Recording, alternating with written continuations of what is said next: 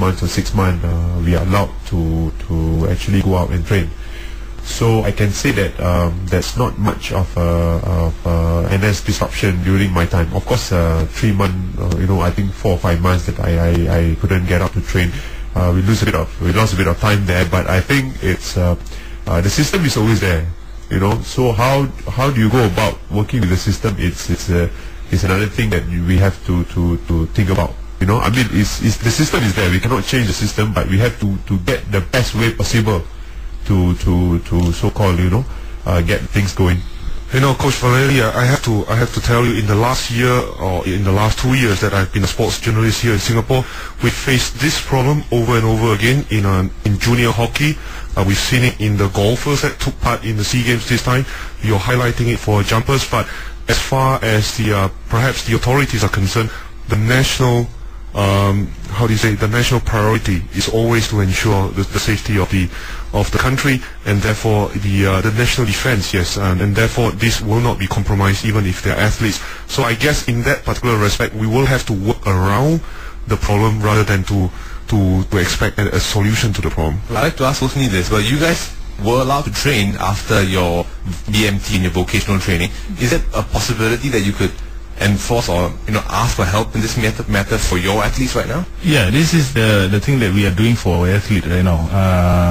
The association is arranging sort of like a dialogue with camps, the commandant in charge, so that we can help in one way or another to help this athlete to come out and train. And it's just not that we're asking for a full day out, but it's just more like a time off to help the athlete to go out and train. And then of course we also try to help in other ways, sort of like some of the athletes might have not covered in the SSCs. We will help them in terms of other medical side. If they're not covered in the SSC, so they have to go to physios. So association has helped in the sense that appoint a physios to help them in their medical way.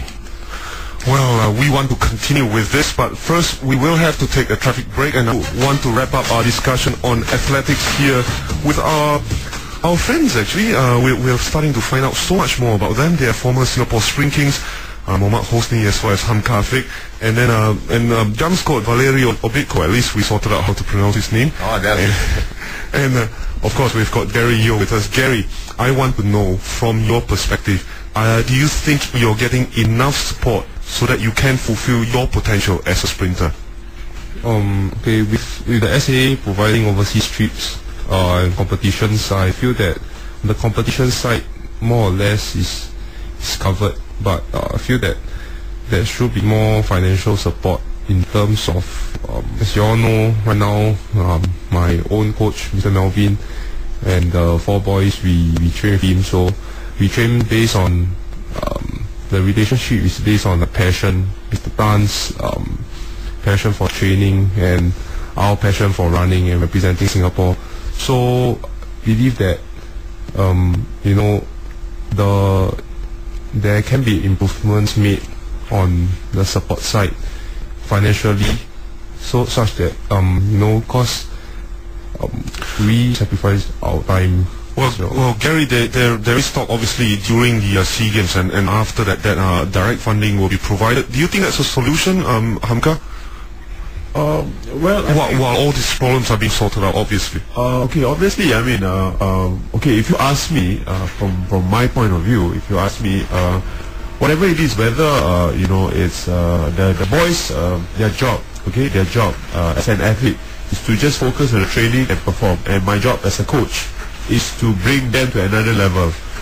Whether the money is coming in, it's not coming in, I leave it to the association and I leave it to SSC on how to decide, because all of us, as you know, we are not professional. I'm coaching and the 4 boys are all studying. We are not training full time.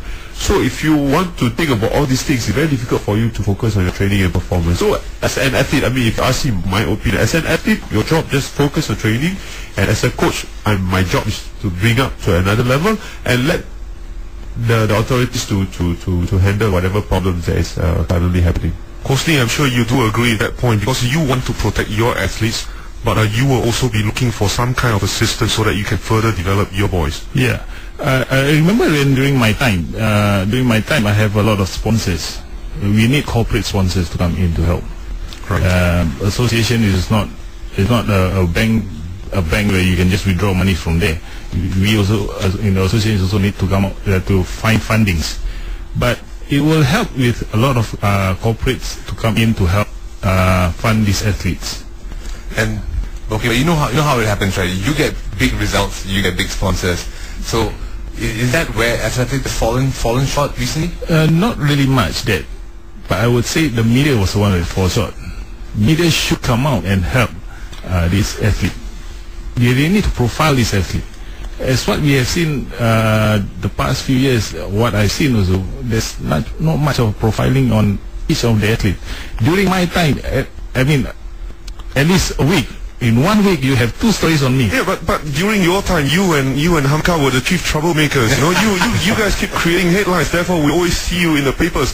Our boys these days are a lot less competitive, I guess. He's wearing a long sleeve.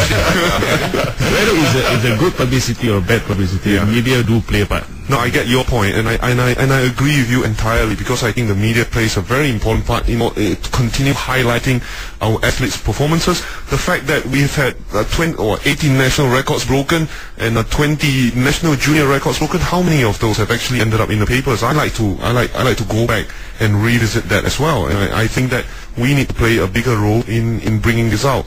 But isn't this about characters then? Isn't this about, like, the last big sprinter, you remember, UK Sham, he got sponsorship deals and all that, but that was because he was in the news, he was creating trouble, wasn't he? But we're also looking at a situation where we haven't actually had a club meet for 4 or 5 years, and that probably has to come back in order for us to create that publicity. Would you agree? I agree with what Hosni have just said. As the way it's not a non-profitable organization, we are getting fund from SFC. So what we are trying to do is trying to get corporate sponsorship, from companies and all, just to help the boys in one way or another, to so that they can reach their full potential. As you know, we are not in Singapore. It's not professional yet, but at least in terms of helping them to gear up towards professional training, it's already being planned. Last question, I guess, for all of you. Valeri, what would you like to see happening more in order for our athletes to get there? I want to see, as Hamkah and Hosni mentioned, more sponsorship from corporate organizations, and what we are doing already, what SAA has done, it's competition structure internally, which we will have for a whole year. And we need to have more and more of that. More and more for junior level, and youth level, which we will have. Right. We have already. And for seniors like Gary and national sprinters, national jumpers, more training camps overseas. I also note that at the SEA Games we had very small fields for even all the glamorous events. Is it my feeling? Am I right that athletics is no longer as glamorous as before?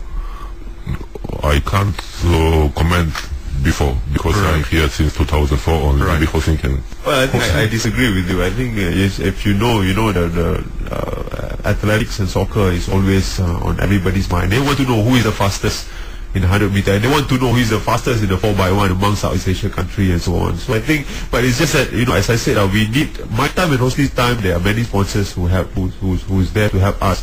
But nowadays the athlete don't have that privilege.